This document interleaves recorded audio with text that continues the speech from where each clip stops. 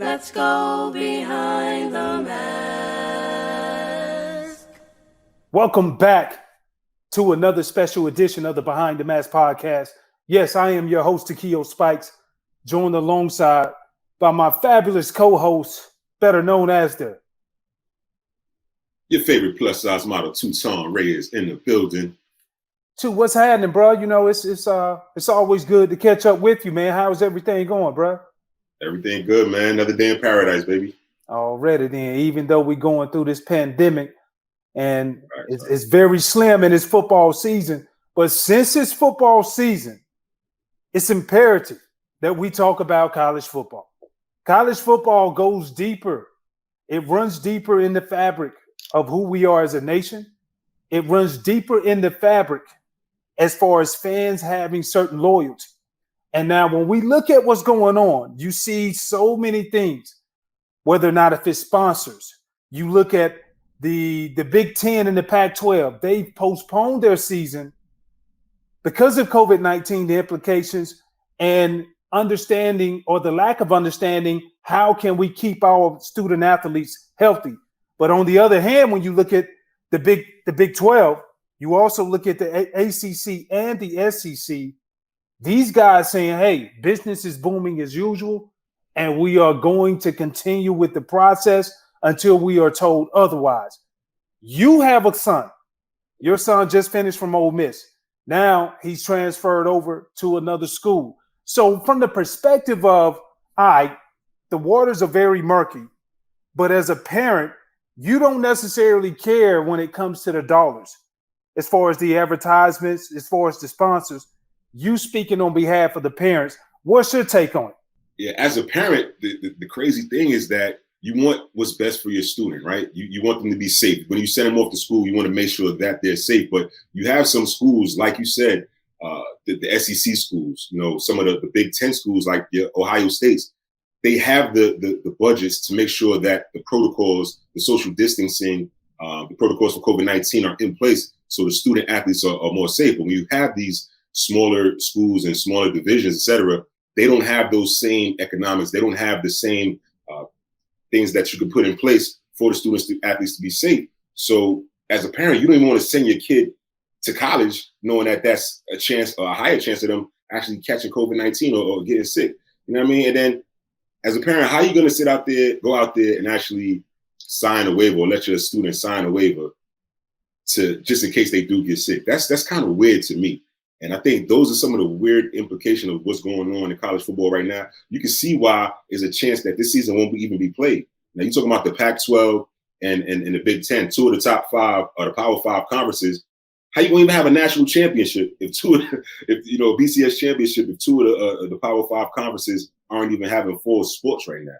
Well, you know what I mean? If you leave it up to Steve Spurrier, it was the reports flowing around over the past few days. He came out and said, you know what? As long as the SEC and the ACC play their conferences schedule, that's all it takes. It don't matter, right? It don't matter. Everything else is irrelevant. Yeah. He has a point. Clemson in the ACC, right? Alabama, LSU in the SEC. Typically, what are the teams that are always in the running for the BCS national championship?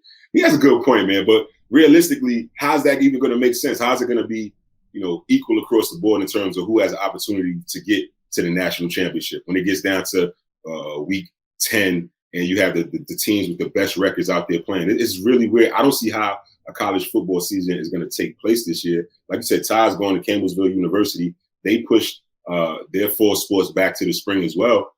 It sucks for the kids that actually need this year if they want to move on and have an opportunity to go pro. That's the thing that sucks. You know what I mean? Yeah. The kids that they may have had an up and down year, like I did my junior year. My junior year was up and down when I went to Ole Miss, but my senior year was great, made all SEC, and that's what made me get to the NFL. So it hurt. You hurt for them.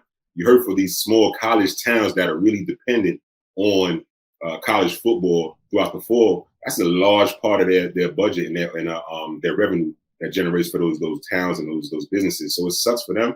But at the end of the day, is it economics, entertainment? Or are we talking about health? And I think what some of the schools are doing is saying that health means more than just the economics and entertainment. Well, when you look at it overall, we would be dumb or even just negligent, just acknowledging the fact that, listen, a lot of these schools, the main revenue for the schools is not so much students being able to come into their schools or being accepted. Their revenue stream really comes from sports. And when you look at it overall, the big number one sport that feeds everybody and everything else, there's football, then there's everything else with the flow of the rainfall flow of how the revenue is distributed. I was reading an article earlier, and it was a CNN business article from Claire Duffy. And it just talked about how important the deals are from the sponsorship side for the university when it comes to the revenue streams. Like, they're a key source of brand exposure to both high performance athletes and a broader consumer base. And they intentionally do that just because they know, hey, our brand is associated with certain schools historically. When you think about a Michigan, who over the recent few years just signed a deal with Jumpman, Nike. When you think about Auburn, when they were stuck in the past, used to be Russell Athletic, signed a multi-million-dollar deal with Under Armour now. And so when you look at what's going on, some of these most lucrative collegiate deals are with the schools that are in the Big Ten and the Pac-12. And you look back at 2019, it was an article in Forbes, and it talked about Under Armour's deal. 2016, they signed a 15-year deal, $280 million with UCLA. And now Under Armour, there have been reports that Under Armour is now trying to exit that deal. Also, you look at a 15-year deal that was struck, I just mentioned, in 2016 with University of Michigan with Nike. That was a $173 million deal. And Adidas signed a 10-year deal, $119 million with the University of Washington. And so when you look at it overall, these apparel companies, like, they're hurting and they want out. And they lose out on the merchandise sales and the brand exposure by not having the athletes out there during televised games. And then, more importantly, they lose out on their logos appearing on the jerseys, the shoes, and guys just getting extra TV time in case if they score. And so I get it from that side, which brings it to another point. You see Justin Fields, the quarterback from Ohio State. He came out with a petition that had over 220,000 signatures on it. And with this petition, he was basically just saying, look, the protocols are in place. All the players want to play. And he's trying to rally everybody together to be able to come together and finish out this season. And a lot of it is due to the fact that they know all the time that they put in. I remember when we were in school, coaches are afraid to let you have a lot of free time, period. They're not going to let you have 48 hours off. They'll find a way to put the banana in the tailpipe and have you back on campus, whether or not if you're just watching film or whatever. But when we look at Trevor Lawrence, we look at Justin Fields, two of the highest profile athletes that happen to play quarterback. They're saying they understand, look, we're not in a place to where we can be the medical expert, but we do understand what we put into what we do on an everyday basis from a sweat equity. And we're willing to put that at risk so everybody can see versus just letting what we've done in private, which is their work, just go down the drain. What are your thoughts on that? You know what? I think it's commendable that these young men are taking control of the narrative. They're taking control of their future. So on that aspect, I definitely commend them. Signing a petition, reaching out to the Big Ten commissioner, saying that they want to play. We never had to face anything like that. You know what I mean? So for them to step up to the table, I think is amazing. The thing of it is, even though they realize how much money they make for the university, they realize how important they are for the schools. I just don't think that's going to be enough, particularly now. You know what I'm saying? Yeah, they put in all the work. Yeah, they put in the time, the stress, time, and heat. But it's not enough when you have a commissioner that's saying, or the presidents of the university is saying, you know what? It's not worth it. One, for the health. Two, for the litigation. You can't force a kid to sign away their rights saying, if I do get sick or if I get sick, catch COVID-19, give it to a family member, somebody dies, that's litigation coming down the pipeline. And I think that the presidents of the universities who are making the decisions for each individual school, and then they're telling that to the commissioner of the actual conference, those are the decision makers.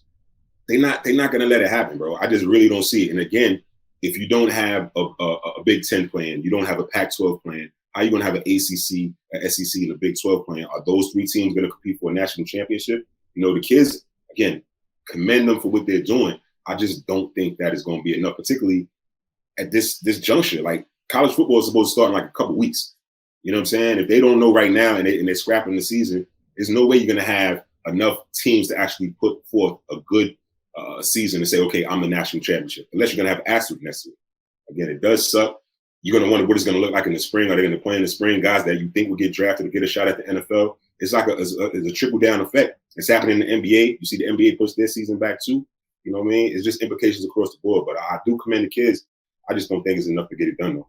Sometimes as a player, and this is regardless of whatever level that you're at, collegiate, high school, pros, sometimes you need, not even sometimes, most times you need somebody to protect you from yourself. Facts. And so when I read some of the verbiage that Justin Fields put out in that petition, he wrote that he believed that players believe as a whole that safety protocols have been established and can be maintained to mitigate concerns of exposure to COVID-19.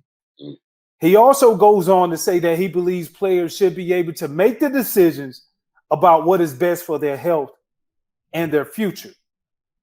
Now, this is a prime example for me. It's like, hey, sometimes it's not even as kids, I'm not going to put them in a box, but even as professional athletes, you need that neutral third party there to say, I need for you to protect me from myself. Right. And you go back to some of the coaches. Listen, the coaches have vested interests. Right now, you're seeing so many coaches come out talking about Nick Saban, saying, hey, they act as if, and I'm paraphrasing what he said, they act as if the only place that they can catch COVID-19 is on the football field. He felt like that his players are more safe being in the environment of what they have, which is controlled. Mm-hmm. And so the more and more I look at it, I understand, I get the point that he's saying, but that point is swayed.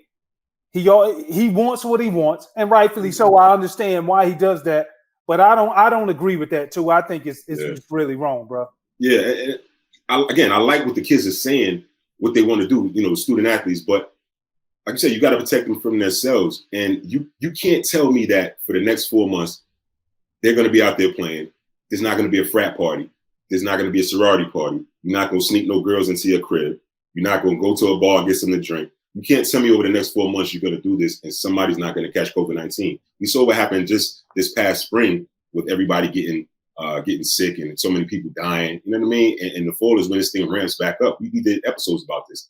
It's just no way you can tell me that this 18, 19, 22-year-old man is going to be able to do that consistently over 4 months. And even though some of the bigger schools, again, with the budget, with the economics that are able to do it, the reason why the presidents of these universities are shutting down the season, the fall sports, is because all of them can't do it. All of them don't have those protocols established. The smaller schools can't fund the testing every day. They can't fund, being able to clean, sanitize the locker rooms every day, things like that. So it's a lot, and it comes down to economics.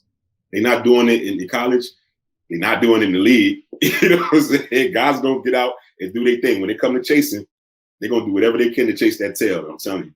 What tail you talking about? They're going to try. You get them camp eyes. You sit there in camp, and then you see somebody walk by, and you're like, man, I ain't had nothing in a minute. Or they're going to chase. They're going to find a way. They're going to find a way, man. Hey, bro, so basically then, when you look at, I think it really is a lot of pressure is going to fall upon the shoulders of the chief medical examiner of the NCAA, Brian Hanlon. And he spoke with CNN. I saw him on CNN, and they asked him about the possibility of college sports in the fall. And to me, the biggest thing that he said, he was like, right now, testing in the UF stays the way that it is, the lack of not being enough and not being able to turn around the test in an efficient amount of time to where they don't have to quarantine people for X amount of days. There's no way we can go forward with sports. All right. Hangline said. Then he also said, we're not in a place today to where we can safely play sports. Now, which takes it back to that level. You say a lot of players, when they get a little free time, they want to be able to go out and test the waters. They want to go out and see their friends. It brings back to this point, moving up to the NFL level. The Seattle Seahawks, they cut Kima Severin. Mm-hmm. And he was cut after being caught on video of bringing a girl into his hotel. Oh, man. Now, this is a pro guy who was an undrafted free agent. And you talked about college guys. Yeah. So this completely just changes the dynamic of it, because when I look at what Kima did, it was wrong. And I'm not going to chastise and I'm not going to try to crucify what he did, because I'm just being honest. We here at Behind the Mask, we take great pride in. I did it. Putting behind the mask. You did it. We all have done it at some point. Absolutely. Broken team rules. And so for me, was he wrong? Yes, he was wrong. However, I do understand why he did what he did. And for people out there who may disagree with me, you have to understand these guys are 21, 22, 23 years old. They got a pocket full of money. And so you can't speak at it from the dynamic of, man, you got all of that money. Why are you throwing it away? Well, you have to understand they never had nothing. And so at the end of the day, they're going to be kids, but that's the transitional point to where they have to understand and know you can't put everybody at risk. And for me, I wasn't mad. I wasn't mad at him because he was selfish. You know, they say they caught him on camera. He had a girl dressed up in the Seattle Seahawks uniform, sneaking in. They caught him on camera. I'm not mad at him for being selfish, just only having one girl, and a lot of other guys probably like, hey, dog, hey, she ain't got a girl. But I'm mad at him, and the reason why they cut him is because they know how much they are putting into this matter, understanding the security. And other guys are married. They go on home with their families, and some of their families may be high risk. And so that's what I'm disappointed at more than anything when you look at Kima. It actually happened to Dion Long when he was with the Rams back in 2016, and he got caught bringing a girl in, and Jeff Fisher was the head coach, and they cut him for that. So this is not anything new under the sun, but if you're ever going to do it, you damn sure better not do it now. Yeah, this is not the time. And that's the thing, man. Like, we've all done it. I've done it. You know what I mean? You break curfew, you sneak somebody in your room or whatever. Like, it happens. You know, we'd be naive to think it doesn't happen. Again, the thing of it is, in this time, this heightened time with COVID-19 going on, with all the, the eyes are out there, they're testing you every day. What makes you think that you're going to get away with it right now? You know what I mean? So it had to be, I'm wondering why a vet wasn't around to pull this kid to the side and say, hey, young fella, this ain't the time. You know what I'm saying? You got to wait. I know you horny, know you want to get some action or whatever, but this ain't the time to do that. You know what I mean? And to your point, you never know what can happen. You can have this young lady around and you know, who knows who she is? Nobody knows, but who knows where she's been? You know what I'm saying? With the teams now, again, they sterilize everything. When you come out of practice, you walk through this mist that sterilizes you. Same thing, you come back in the locker room. Everything is sanitized, I should say. But these people from the outside, you don't know where they've been. You know what I mean? And you're putting the whole team at risk. So that part was selfish. I do understand.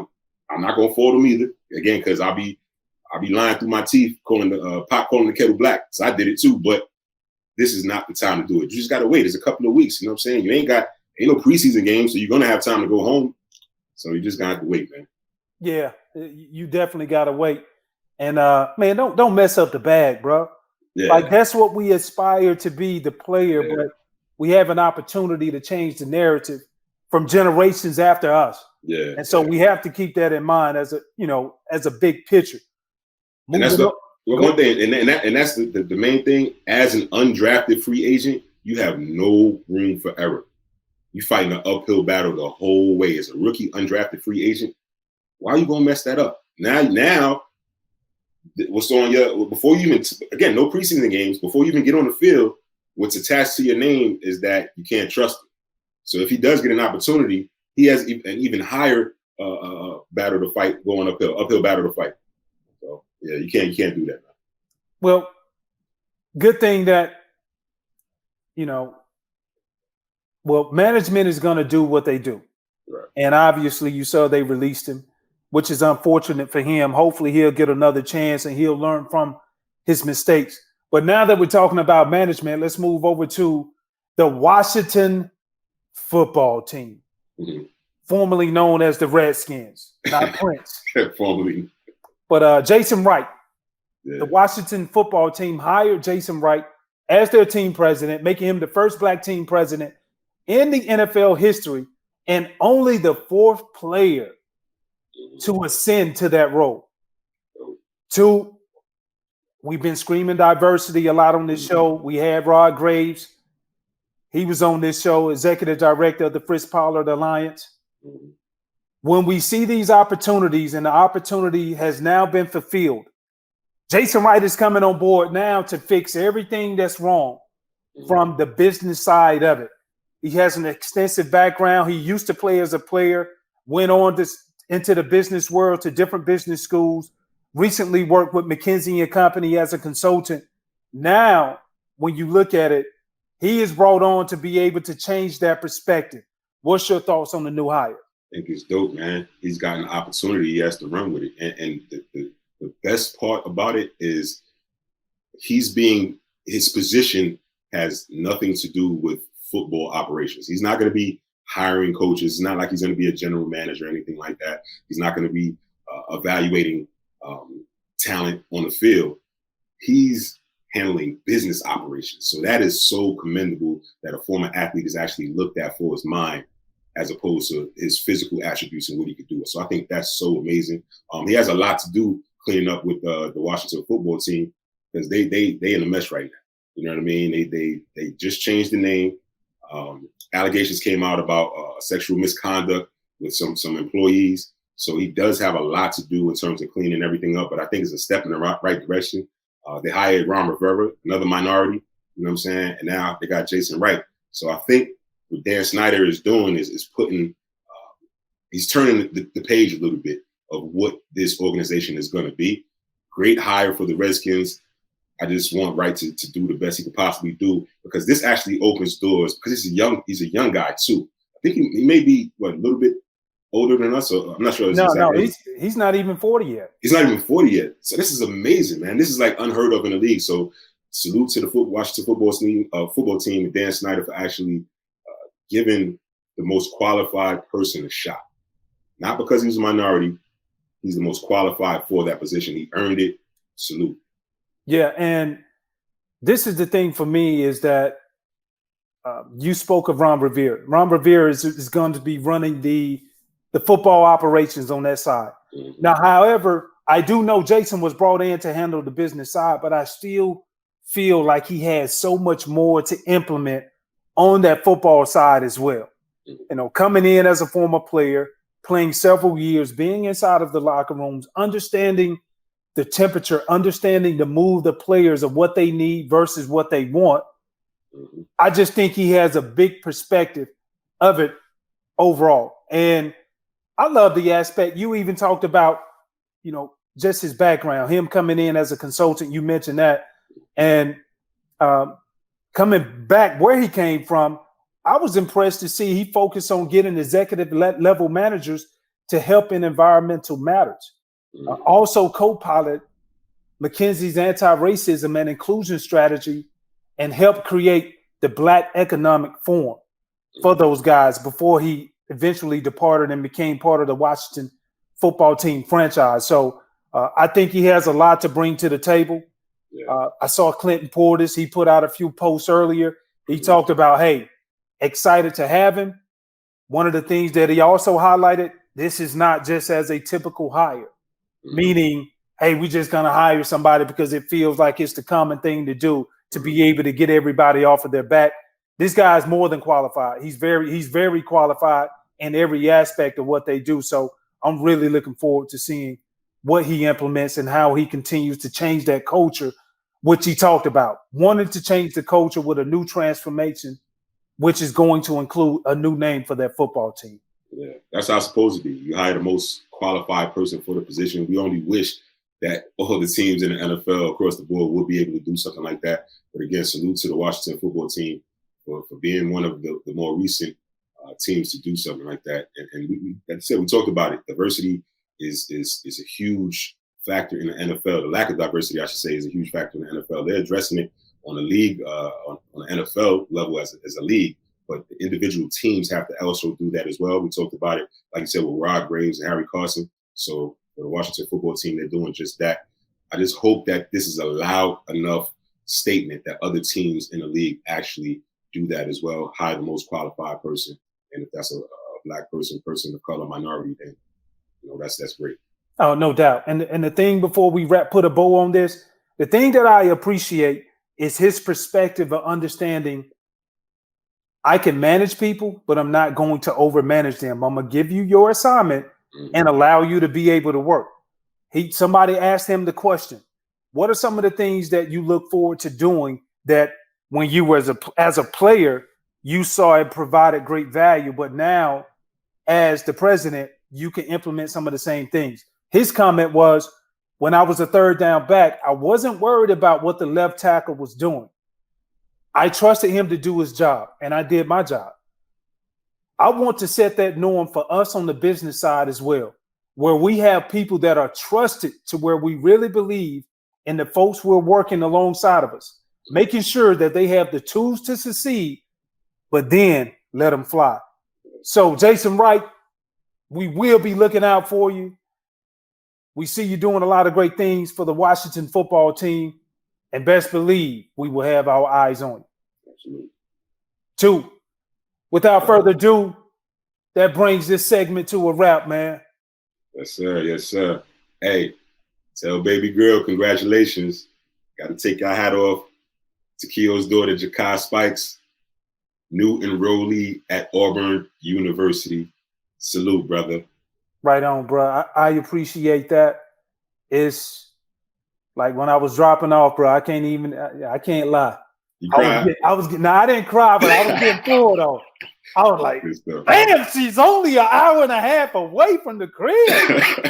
Why are you getting full? But nah, man, I think the biggest piece of advice is to any father out there, understand and just know, hey, from K through 12, like you put in the work. Everything that you taught, everything that's part of their fabric, hey, you did it already.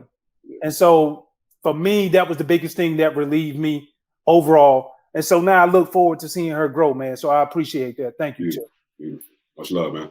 Right on, bro.